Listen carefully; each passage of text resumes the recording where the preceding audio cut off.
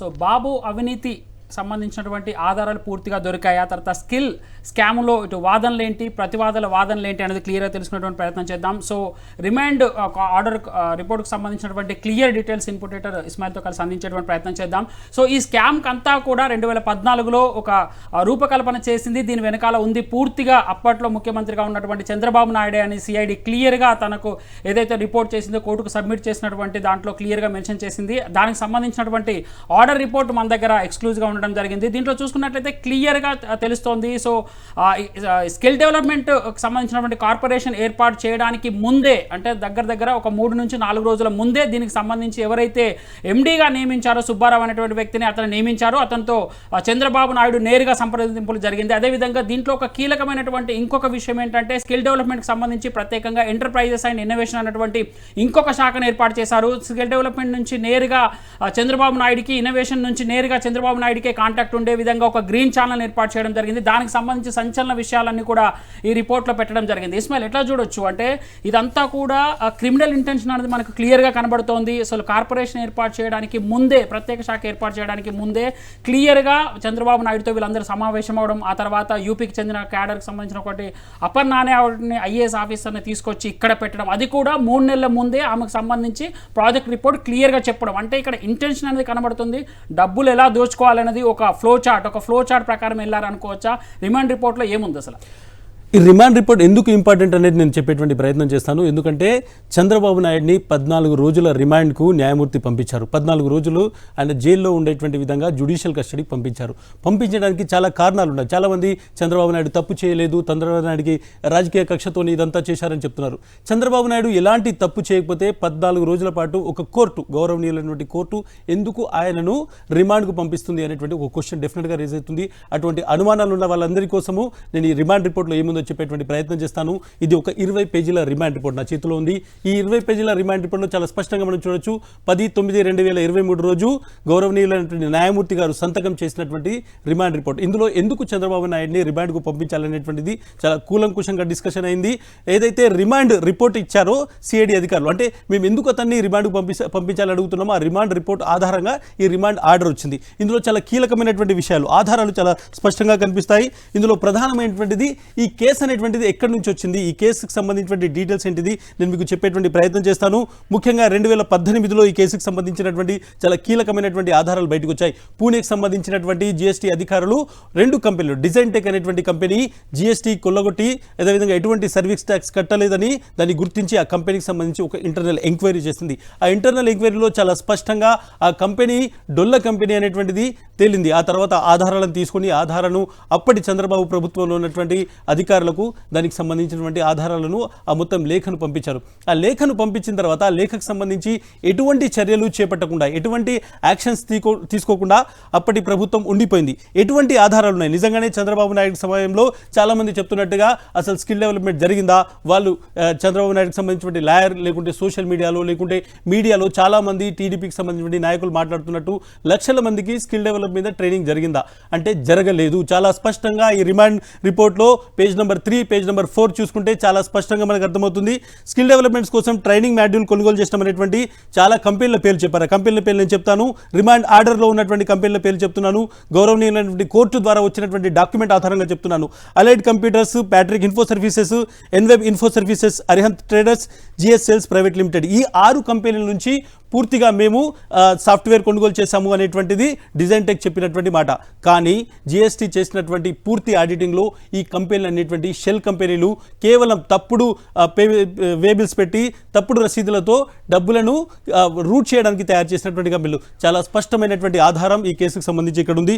దాంతోపాటు ఎక్కడ కూడా ఈ డిజైన్ టెక్ సంబంధించినటువంటి అధికారులు అతన్ని కంపెనీలు పిలిచి అడిగినప్పుడు అసలు ఇటువంటిది ఎక్కడ కూడా ఫోరెన్సిక్ ఆడిటింగ్ చేసినప్పుడు కూడా ఎక్కడ కూడా ఇటువంటి స్కిల్ డెవలప్మెంట్ అనేటువంటి జరగలేదు, ఎక్కడ కూడా ఈ స్కిల్ డెవలప్మెంట్లో ట్రైనింగ్ జరగలేదు అనేది స్పష్టమైంది. నిజంగానే చాలా మంది చెప్తున్నారు సోషల్ మీడియాలో కోర్టు బయట మాట్లాడే వాళ్ళకి ఒక క్వశ్చన్ అడుగుతాం. నిజంగానే చంద్రబాబు హయాంలో పూర్తిగా ఎక్కడైనా ట్రైనింగ్ జరిగితే ఏ సాఫ్ట్వేర్ ద్వారా ట్రైనింగ్ జరిగింది, ఆ సాఫ్ట్వేర్ కాస్ట్ ఎంత, ఎక్కడ కొనుగోలు చేశారు, ఎక్కడ కూడా కొనుగోలు చేయలేదు, పూర్తిగా ట్రాష్ అనేటువంటిది ఈ మొత్తం రిమాండ్ ఆర్డర్లో ఎవరైనా చూడొచ్చు. కోర్టు నుంచి వచ్చినటువంటి కాపీ, కోర్టులో మనం దీన్ని డబ్బులు కట్టి తీసుకునేటువంటి అవకాశం ఉంటుంది.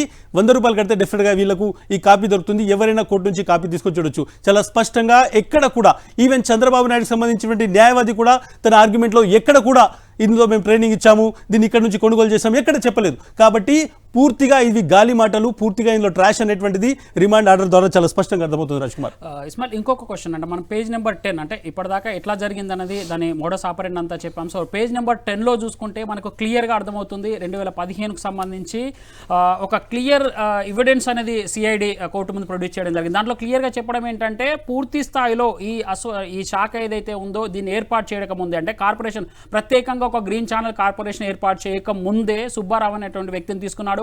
ఆ తర్వాత CEO పొజిషన్లో లక్ష్మీనారాయణ అతను తీసుకున్నారు అనేది క్లియర్గా సిఐడి కోర్టు ముందు ప్రొడ్యూస్ చేయగలిగింది. సో ఇక్కడ పూర్తి స్థాయిలో 409 సెక్షన్కి సంబంధించి చూసుకున్నట్లయితే అతనికి సంబంధించి అంటే ఒక ప్రభుత్వ సర్వెంట్ అయ్యుండి దానికి సంబంధించినటువంటి అతని అధికారాలు దుర్వినియోగపరిచాడు అనేందుకు ఇది కూడా ఒక క్లియర్ ఎవిడెన్స్ అయిందని చెప్పడం జరిగింది. దీన్ని ఎట్లా చెప్పచ్చు? డెఫినెట్గా చంద్రబాబు నాయుడు ఎక్కడ తప్పు చేశాడు, ఎందుకంటే చాలా మంది ఏం చెప్తున్నారంటే నేను కోర్టులో కూడా సిద్ధార్థ లూత్రా ఆర్గ్యుమెంట్ చేస్తూ వాళ్ళు ఏం చేయాలంటే 409 దీనికి 17A దీనికి రాదు అని చెప్తున్నారు. ఎందుకంటే చంద్రబాబు నాయుడు క్యాబినెట్లో డెసిషన్ తీసుకున్నారు, క్యాబినెట్లో పాలసీ డెసిషన్స్ తీసుకుంటారు, కానీ క్యాబినెట్ ముందు కూడా చాలా తతంగం జరిగింది. ఒక స్పెషల్ పర్పస్ వెహికల్ SPV లాంటిది క్రియేట్ చేశారు, ఒక గ్రీన్ ఛానల్ లాంటిది క్రియేట్ చేశారు. ఆ గ్రీన్ ఛానల్లో తన మనిషి ఎవరైతే సుబ్బారావు ఉన్నారో ఆయనకు 4 పొజిషన్స్ ఇచ్చారు, ప్రిన్సిపల్ సెక్రటరీ స్థాయి అధికారాలు ఇచ్చారు. అతను సంతకం పెడితే అప్పుడు హయ్యర్ ఎడ్యుకేషన్లో ఉన్నటువంటి ప్రిన్సిపల్ సెక్రటరీ దగ్గరికి ఫైల్ వెళ్లకుండానే డైరెక్ట్ వెళ్లే విధంగా ఏర్పాటు చేశారనేటువంటిది చాలా స్పష్టంగా అర్థమవుతుంది. ఎట్ ద సేమ్ టైం దీంట్లో ఇంకొకటి యాడ్ చేస్తాను, అపర్ణ అనేటువంటి ఒక IAS అధికారిని, యూపీ క్యాడర్కి సంబంధించిన IAS అధికారిని ఇందులో తీసుకొచ్చి 3 నెలల ముందే ఆమెను ఈ స్కిల్ డెవలప్మెంట్ కార్పొరేషన్ కు సంబంధించినటువంటి డిప్యూటీ CEO చేయడానికి 3 నెలల ముందే ఆమెకు ఆ ప్రజెంటేషన్ లో ఆమె పార్టిసిపేట్ చేసింది. ఆమెకు పూర్తిగా డాక్యుమెంట్స్ షేర్ చేశారు. ఆమె ఎవరో కాదు, ఈ డిజైన్ టెక్ సంబంధించినటువంటి డైరెక్టర్ గా ఉన్నటువంటి GVS భాస్కర్ ఎవరైతే ఉన్నారో ఆయన సతీమణి. సో ఇది ఒక పూర్తిగా చంద్రబాబు సూత్రధారి ఏ విధంగా చంద్రబాబు ఆధ్వర్యంలో జరిగిందనడానికి ఇది ఒక బెస్ట్ ఎగ్జాంపుల్. ఆర్డర్ కాపీ మనం చూసుకుంటే చాలా స్పష్టంగా ఈ ఆర్డర్ కాపీలో మనకు తెలుస్తుంది. ఈ ఆర్డర్ కాపీలో ప్రతి పాయింట్ కూడా ఎందుకు చంద్రబాబు నాయుడిని 14 రోజుల రిమాండ్కు పంపాలి, ఎందుకు ఆయన ప్రైమఫెసి ఉంది, ఎక్కడ కూడా కేసులో ఈవెన్ ఒక FIR తయారు చేసినా కానీ ప్రైమఫెసి అడుగుతారు.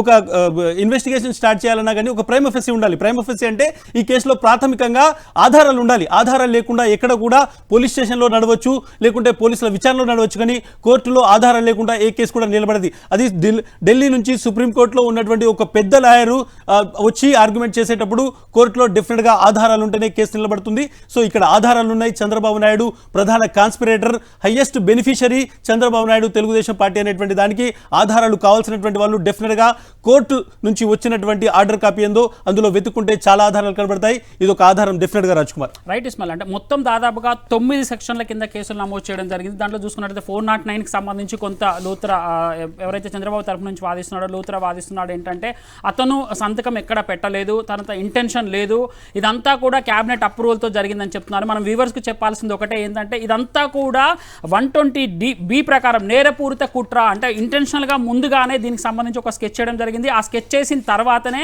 3 నెలల ముందు అపర్ణాన్ని నియమించడము, తర్వాత 3-4 రోజుల ముందు దీనికి సంబంధించినటువంటి PPT ప్రజెంట్ చేయడము. సో ఇదంతా కూడా ప్రైవేట్గా చంద్రబాబు కన్సర్నల్లో జరిగింది. అప్పుడు ముఖ్యమంత్రిగా ఉన్నటువంటి చంద్రబాబు ప్రైవేట్గా ఒక కంప్లీట్గా ఒక స్ట్రక్చర్ని క్రియేట్ చేశాడు. సొంతగా నథింగ్ బట్ CEO అని చెప్పుకుంటాడు. ముఖ్యమంత్రి కంటే కూడా తను ఎక్కువ ఇష్టపడుతుంటాడు కాబట్టి ఒక కంపెనీని ఎస్టాబ్లిష్ చేశాడని చెప్పొచ్చా ఇస్మాయిల్? ఎందుకంటే అక్కడి నుంచే షెల్ కంపెనీలు దాదాపుగా 70 షెల్ కంపెనీలకు మూవ్ చేశాడు. దానికి సంబంధించినటువంటి ఏ విధంగా జరిగిందో CID కాపీలో పొందుపరిచారు. 120B అనేది అప్లికేబుల్ కాదు, నేరపూరిత కుట్ర అనేది కాదు అని చెప్పారు. 109 అని కూడా చెప్పడం జరిగింది. అంటే ఇదంతా చూసుకున్నట్లయితే ఒక అధికారంలో ఉన్నటువంటి వ్యక్తి సో బయట ప్రైవేట్గా ఒక కంపెనీని ఎస్టాబ్లిష్ చేశాడు. కంప్లీట్గా CEOని, డిప్యూటీ CEO, MD వీళ్ళందరినీ ఇంక్లూడ్ చేశాడు. సో ఈ 120B అప్లికేబుల్ కాదని ఇంతకుముందు వాదించినటువంటి పరిస్థితిలో ఉంది. ఇది CID దీన్ని ఎట్లా ఎదుర్కొంది, ప్రతివాదులు చేసినటువంటి దాన్ని ఎట్లా దీంట్లో పొందుపరచడం జరిగింది? కోర్టు కామెంట్స్ చెప్పేటువంటి ప్రయత్నం చేస్తాను. CID చాలా స్పష్టంగా ఎందుకు ఇది ACBకి సంబంధించినటువంటి ఏదైతే ప్రివెన్షన్ ఆఫ్ కరప్షన్ యాక్ట్ కిందకి వస్తుంది, ఆ యాక్ట్ను CID విచారించలేదు, CIDకి జ్యూరిస్డిక్షన్ లేదు అనేటువంటి వాదన కూడా వచ్చింది.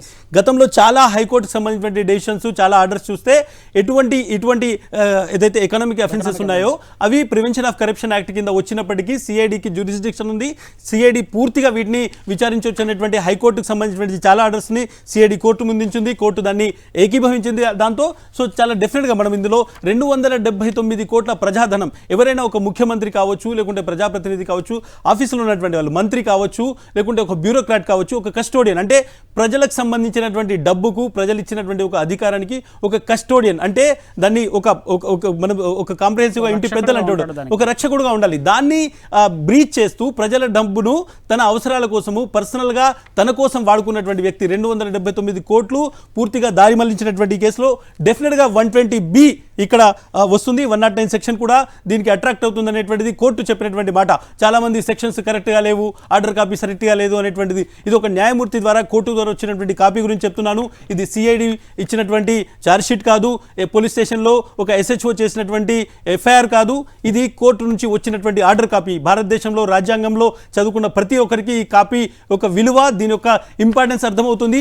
ఎందుకంటే ఈ కాపీ ద్వారానే 14 రోజుల పాటు 14 సంవత్సరాలు ముఖ్యమంత్రిగా పనిచేసినటువంటి వ్యక్తి జైల్లో ఉన్నాడు అంటే డెఫినెట్గా ఆయన ఎందుకు జైలుకు వెళ్ళాడనేటువంటి దానికి రీజన్ ఈ కాపీ. ఇందులో చాలా స్పష్టంగా ఒక వ్యక్తిని ఒక రోజు నిర్బంధించడానికి సరైనటువంటి కారణాలు ఉండాలి. లేదంటే చాలా వరకు ఏవైతే రైట్స్ ఉంటాయి, ముఖ్యంగా ఎవరైనా మాండమస్ చేయొచ్చు, లేకుంటే హెబియస్ కార్పస్ చేసుకోవచ్చు, ఇటువంటి చాలా రక్షణలు ఉంటాయి కోర్టుకు రాజ్యాంగం ఇచ్చినటువంటి రక్షణలు. ఒక రోజు జైలుకు పంపడానికి చాలా స్పష్టమైనటువంటి ఆధారాలు, స్పష్టమైనటువంటి ప్రైమఫెసి ఉంటే మాత్రమే, దానికి సంబంధించిన ఆధారాలను కోర్టులో ప్రూవ్ చేయగలిగితే మాత్రమే వాళ్ళకు రిమాండ్ దొరుకుతుంది. గతంలో చాలా సందర్భాల్లో రిమాండ్ క్యాన్సిల్ అయినటువంటి సిచ్యువేషన్స్ కూడా ఉన్నాయి. కానీ ఇక్కడ రిమాండ్ రావడానికి కావాల్సినటువంటి అన్ని ఆధారాలు ఇక్కడ మనకు కనబడుతున్నాయి. రాజ్ కుమార్, ఇంకొకటి ఇస్మాయిల్, 164 CRPCకి సంబంధించి ప్రభుత్వ అధికారుల స్టేట్మెంట్లతో సహా మెటీరియల్, డబ్బు ముందుగా విడుదల చేయడానికి ప్రధాన నిందితులైనటువంటి చంద్రబాబు నాయుడు ఏ విధంగా దీని అంతా కూడా ఎగ్జిక్యూట్ చేశాడు అంటే అక్కడ ఉన్నటువంటి అధికారులను, బ్యూరోక్రాట్స్ని ఏ విధంగా బుల్డోజ్ చేశాడు. సో పూర్తిగా బయట ఒక స్కెచ్ వేసుకొని దాన్ని క్యాబినెట్ ముందు పెట్టడం జరిగింది. ఆ తర్వాత నోట్ ఫైల్స్ అనేవి ఇక్కడ కీలక ప్రధాన రోల్ను ప్లే చేశాయని చెప్పొచ్చు. ఎందుకంటే చాలా వరకు నోట్ ఫైల్స్ అన్ని కూడా మొత్తం మాయం చేశారు. ఎవరు అంటే సుబ్బారావుకు సంబంధించినటువంటి వ్యక్తి కావచ్చు, లక్ష్మీనారాయణకు సంబంధించినటువంటి వ్యక్తి కావచ్చు, అతని ఆధ్వర్యంలో ఉన్నటువంటి వ్యక్తులు జీవో నెంబర్ 4లో ఏదైతే పొందుపరిచిన నోట్ ఫైల్స్ ఉన్నాయో అన్నీ మాయమయ్యాయి. బట్ ఒక నోట్ ఫైల్ మొత్తం కొంత ఈ కేసులో ప్రధానంగా మారిందని చెప్పుకోవచ్చు. అది పివి రమేష్ అంటే ఫైనాన్స్ ప్రిన్సిపల్ సెక్రటరీగా ఉన్నటువంటి పివి రమేష్ రాసినటువంటి నోట్ ఫైల్లో దానిలో క్లియర్గా మెన్షన్ చేశాడు, ఐవీఆర్ కృష్ణారావు మాకు క్లియర్గా ఇన్స్ట్రక్ట్ చేశారు. సో పూర్తిగా డబ్బుల్ని మొత్తం కూడా ఆ కంపెనీలో వేయమని చెప్పాడు. 90% ఆఫ్ ఏదైతే డిజైన్ టెక్ కావచ్చు, లేకుంటే సిమెన్స్ ఉందో ఆ కంపెనీకి సంబంధించినటువంటి ఏదైతే ఎంఓయూ ఉందో దాంట్లో క్లియర్గా లేదు. కాబట్టి చంద్రబాబు నాయుడు దగ్గర కూర్చొని సుబ్బారావు అనేటువంటి వ్యక్తిని సెటిల్ చేసుకున్నాడు, డబ్బులు పే చేయమన్నాడు. ఇది కూడా ఒక కీలక రోల్ ప్లే చేసింది. ఇది కూడా సిఐడి దాన్ని ఎట్లా ప్రజెంట్ చేయగలరు? డెఫినెట్గా ఇందులో కేవలం పివి రమేష్ వ్యవహారమే కాదు, ఈ కేసు అనేటువంటిది ఫస్ట్ చాలా మంది మీడియాలో చర్చిస్తున్నట్టు, లేకుంటే చంద్రబాబు అనుకూలమైనటువంటి వ్యక్తులు వాదిస్తున్నట్టు, పివి రమేష్ ఇచ్చినటువంటి ఒక స్టేట్మెంట్ ఆధారంగా, లేకుంటే ఫైల్ నోట్ ఆధారంగా, ఆయన ఇచ్చినటువంటి 164 స్టేట్మెంట్ ఆధారంగా ఈ కేసు నమోదైందని, ఆ తర్వాత పివి రమేష్ కూడా వచ్చేసి దీని ఆధారంగా ఎట్లా చేస్తారని మాట్లాడి చెప్తున్నారు. ఇక్కడ పివి రమేష్ ఇచ్చినటువంటి ఆర్గ్యుమెంట్తోని, స్టేట్మెంట్తోని కేసు నమోదు కాలేదు. ఈ కేసు పూణే GST నుంచి వచ్చినటువంటి ఆధారాలతో నమోదైంది. 2018లో ఈ కేసు నమోదైంది. చంద్రబాబు నాయుడు ముఖ్యమంత్రిగా ఉన్నప్పుడు ఈ కేసు నమోదైంది. ఈ కేసుకు సంబంధించినటువంటి డీటెయిల్స్ ఒకసారి చూస్తే ఎక్కడ కూడా ట్రైనింగ్ జరగలేదు, ట్రైనింగ్కి సంబంధించినటువంటి మాడ్యూల్స్ని కొనగలేదు.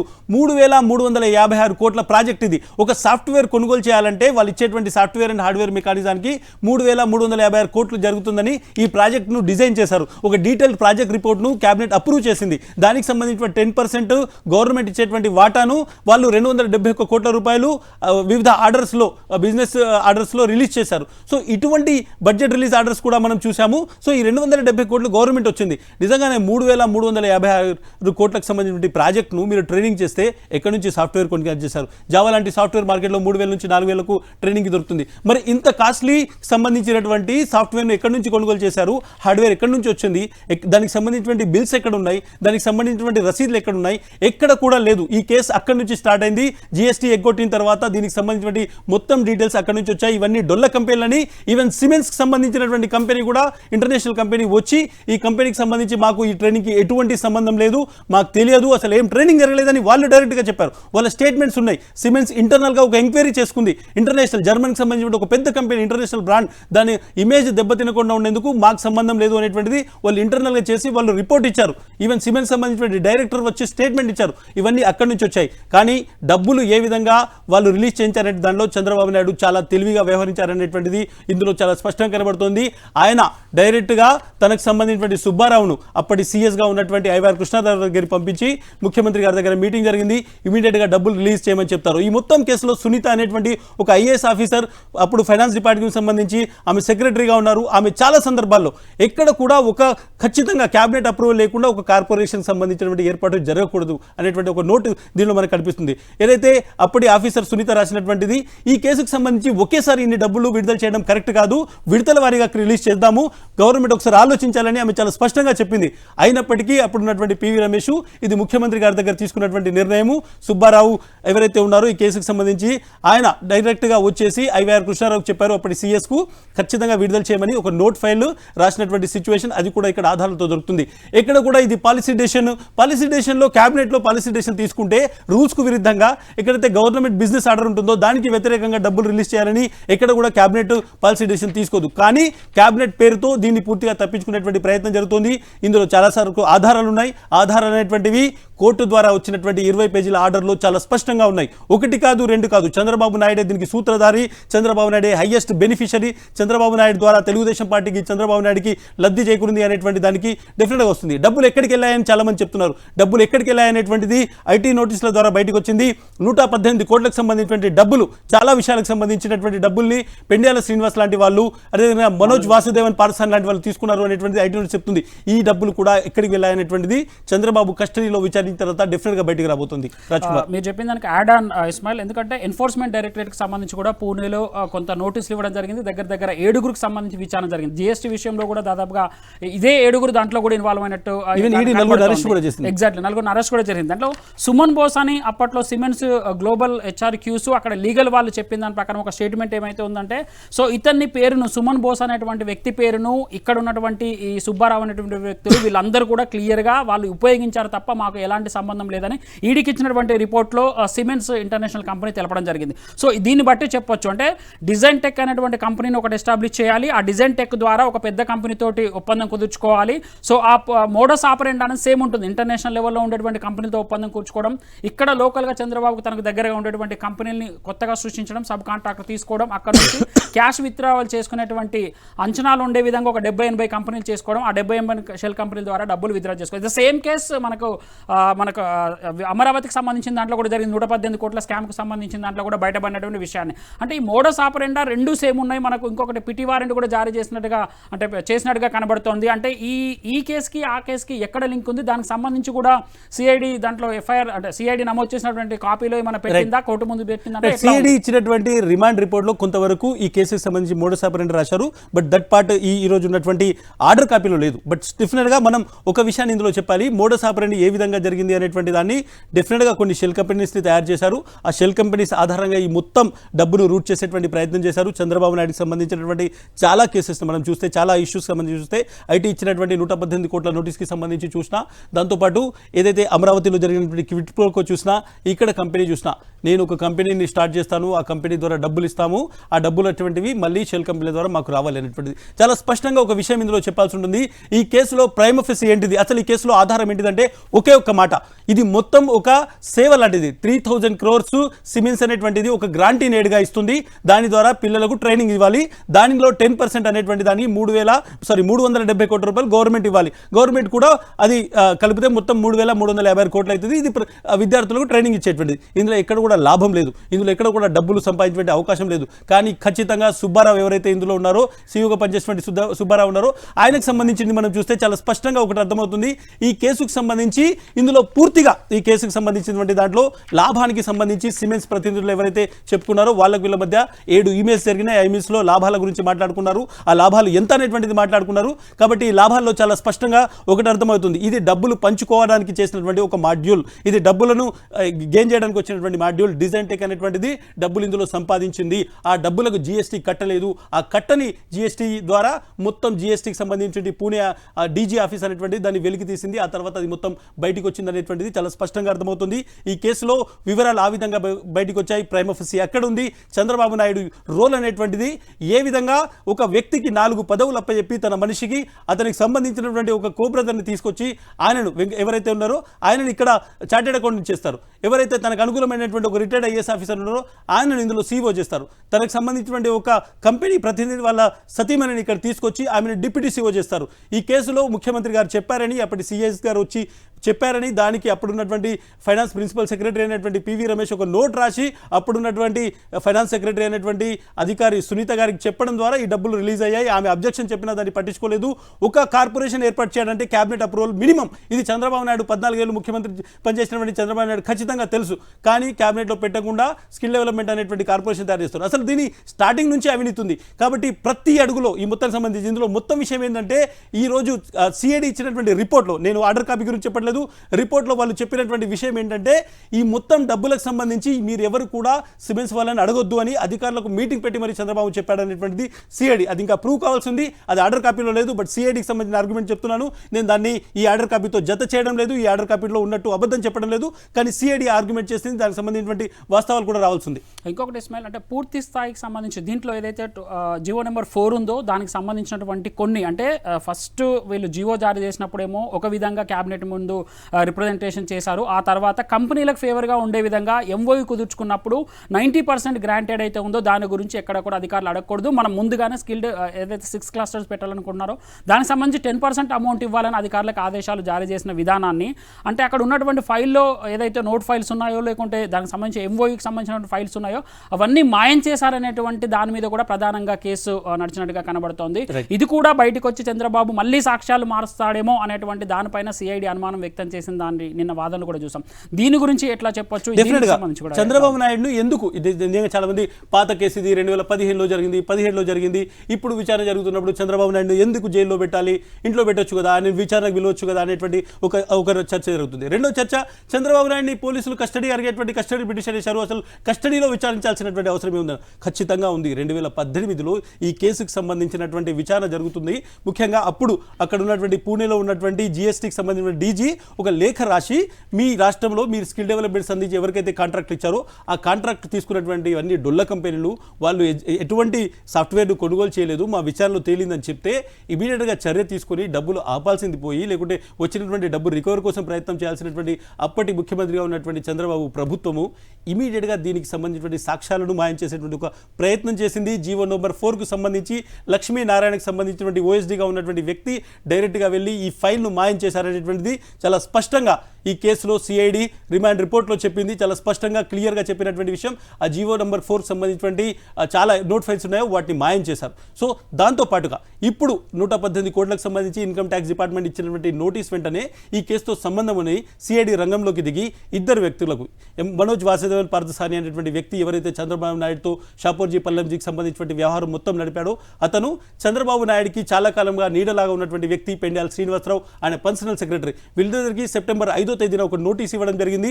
ఆ ఇద్దరు నోటీస్ తీసుకున్న తర్వాత వెంటనే విదేశాలకు పారిపోయారు. ఎందుకు పారిపోయారు అనేటువంటిది అంటే సిఐడి చాలా స్పష్టంగా రాసింది, చంద్రబాబు నాయుడును షీల్డ్ చేసేటువంటి ప్రయత్నం చేస్తున్నారు, చంద్రబాబు నాయుడుకి సంబంధించినటువంటి కుటుంబ సభ్యులకు సంబంధించినటువంటి అవినీతి బయటికి వస్తుందనే వాళ్ళిద్దరూ విదేశాలకు పారిపోయారు. విదేశాలకు పారిపోవడానికి చంద్రబాబు సహకరించారు అనేటువంటిది. అంటే ఏ విధంగా సాక్ష్యాలను మాయం చేసేటువంటి ప్రయత్నం జరుగుతోంది. ఈ కేసు బయటికి రాగానే చంద్రబాబు నాయుడు బయటకు ఉంటే డెఫినెట్గా ఇటువంటి చేస్తారు అనేటువంటిది ఇక్కడ సిఐడికి సంబంధించినటువంటి ప్రభుత్వానికి సంబంధించినటువంటి లీగల్ ఎక్స్పర్ట్స్ ఎవరైతే ఉన్నారో వాదిస్తున్నారో వాళ్ళు చెప్తున్నటువంటి మాట, చంద్రబాబు నాయుడు లోపల ఉంటేనే ఈ కేసుకు సంబంధించి సాక్ష్యాలు బయటకు వచ్చి ధైర్యంగా చెప్పగలుగుతారు.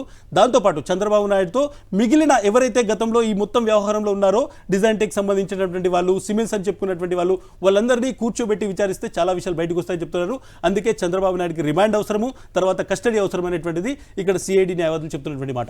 ఇస్మాయిల్, ఇది ఆర్డర్ రిపోర్ట్కి సంబంధించినటువంటి క్లియర్గా ఇప్పటి వరకు ఉన్నటువంటి అప్డేట్ చెప్పాం. సో నిన్నటి నుంచి చూసుకున్నట్లయితే ఇటు హౌస్ అరెస్ట్కి సంబంధించి చంద్రబాబుకు సంబంధించినటువంటి న్యాయవాదులు ఏసీబీ కోర్టులో వాదనలు జరుగుతున్నాయి. ఇంకోవైపు ఏఐజీ కూడా వాదిస్తున్నటువంటి పరిస్థితి కనబడుతుంది. ఎందుకు ఇతను హౌస్ అరెస్ట్ చేయకూడదు అనేటువంటి వివిధ కారణాలు, ఇంతకుముందు ఉన్నటువంటి వివిధ కేసులకు సంబంధించినటువంటి తీర్పుల్ని కూడా క్షుణ్ణంగా అబ్జర్వ్ చేస్తూ దీనికి సంబంధించిన వాదనలు ప్రతివాదనలు కొనసాగుతున్నటువంటి సిచ్యువేషన్ మనకు కనబడుతోంది.